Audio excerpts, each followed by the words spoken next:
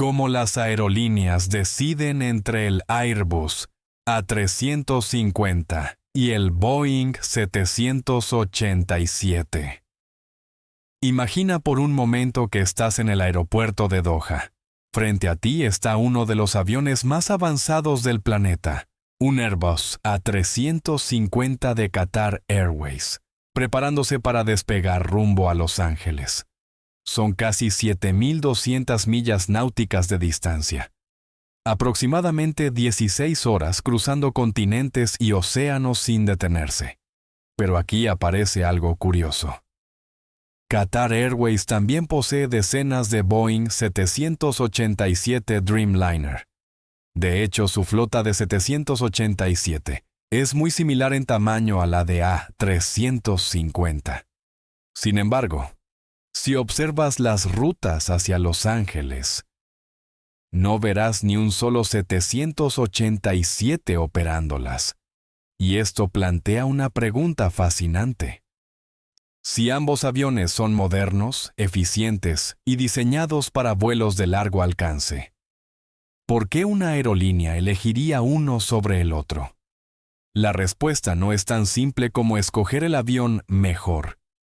En realidad, las aerolíneas están resolviendo un rompecabezas complejo, donde intervienen múltiples factores al mismo tiempo. Alcance, economía operativa, compatibilidad con la flota e incluso decisiones estratégicas que afectan miles de millones de dólares.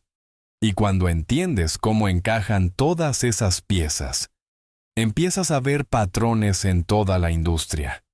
A primera vista, el Airbus A350 y el Boeing 787 parecen casi intercambiables.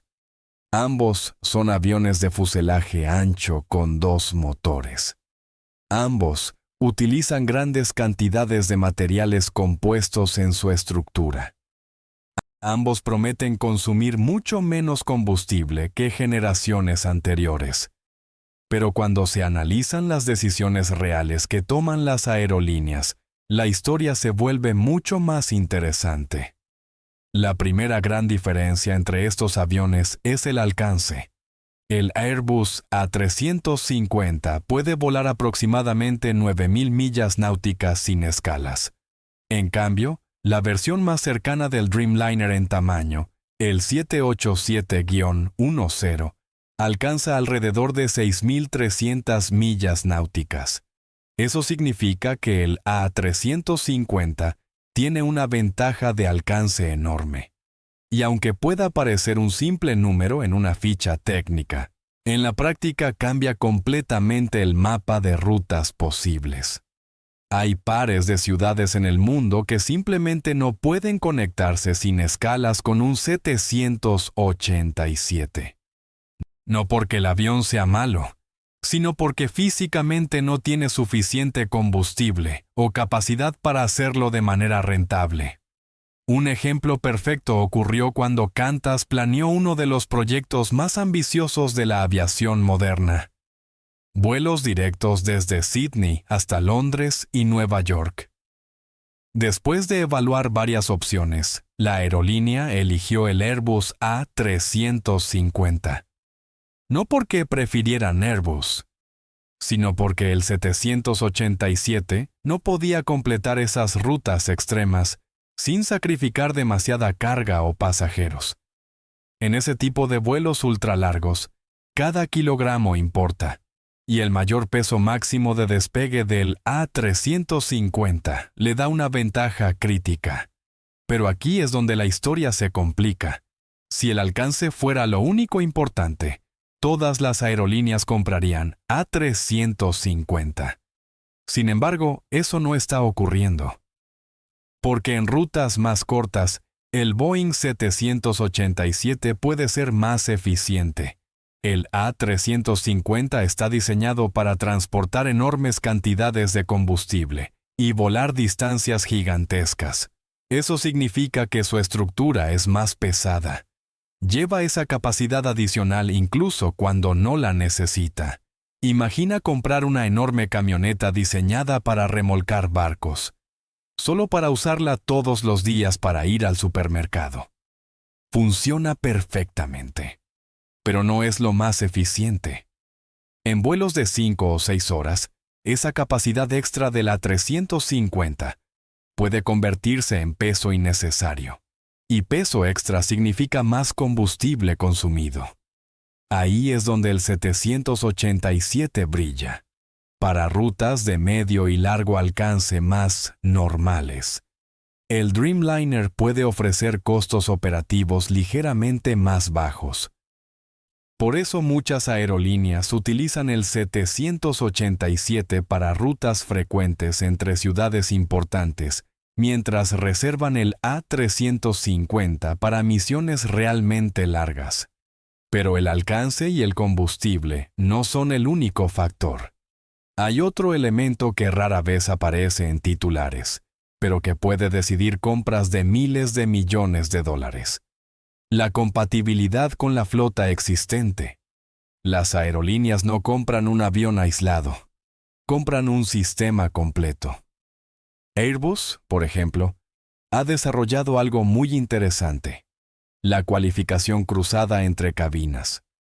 Un piloto que ya vuela un Airbus A330 puede adaptarse al A350 con relativamente poco entrenamiento adicional.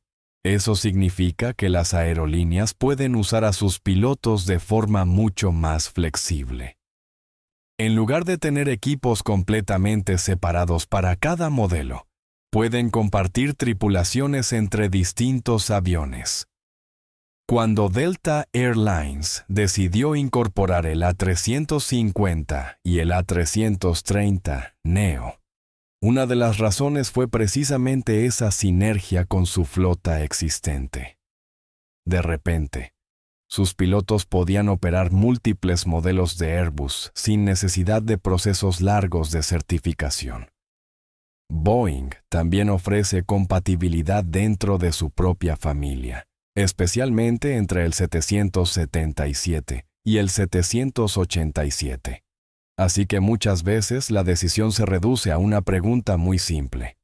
Si tu aerolínea ya opera Airbus A330, el A350 encaja perfectamente. Si tu flota gira alrededor del Boeing 777, el 787 puede integrarse mucho mejor. Y entonces aparece un caso fascinante. Qatar Airways. Qatar no eligió un solo avión, eligió ambos. La aerolínea opera decenas de A350 en las versiones 900 y 1000, además de una gran flota de Boeing 787. Pero lo interesante no es tenerlos, sino cómo los utilizan. Cuando se analizan los datos de programación, aparece un patrón muy claro. Los A350 suelen volar rutas mucho más largas. En promedio, cerca de 5.800 millas náuticas por vuelo. Los 787, en cambio, vuelan rutas considerablemente más cortas, alrededor de 3.400 millas náuticas en promedio. Esto no es casualidad. Es optimización pura. Cuando una ruta requiere 15 o 16 horas de vuelo, Qatar asigna el A350. Cuando necesita múltiples frecuencias diarias o rutas más cortas, el 787 suele ser la opción elegida. Misma aerolínea, mismo hub. Estrategias completamente distintas según el tipo de misión. Pero todavía hay otro factor que puede cambiar la ecuación: la carga. Después de la pandemia, el transporte de mercancías se convirtió en una fuente de ingresos extremadamente importante para las aerolíneas. Y aquí el A350 vuelve a tener ventaja. Su fuselaje más ancho permite transportar muchos más contenedores de carga. Dependiendo de la configuración, puede llevar hasta unas 25 toneladas. El 787-10, por comparación, puede transportar alrededor de 13. Eso puede marcar una diferencia enorme en rutas que conectan centros industriales con mercados de consumo. Para aerolíneas con divisiones de carga fuertes, esa capacidad extra puede significar millones de dólares adicionales al año.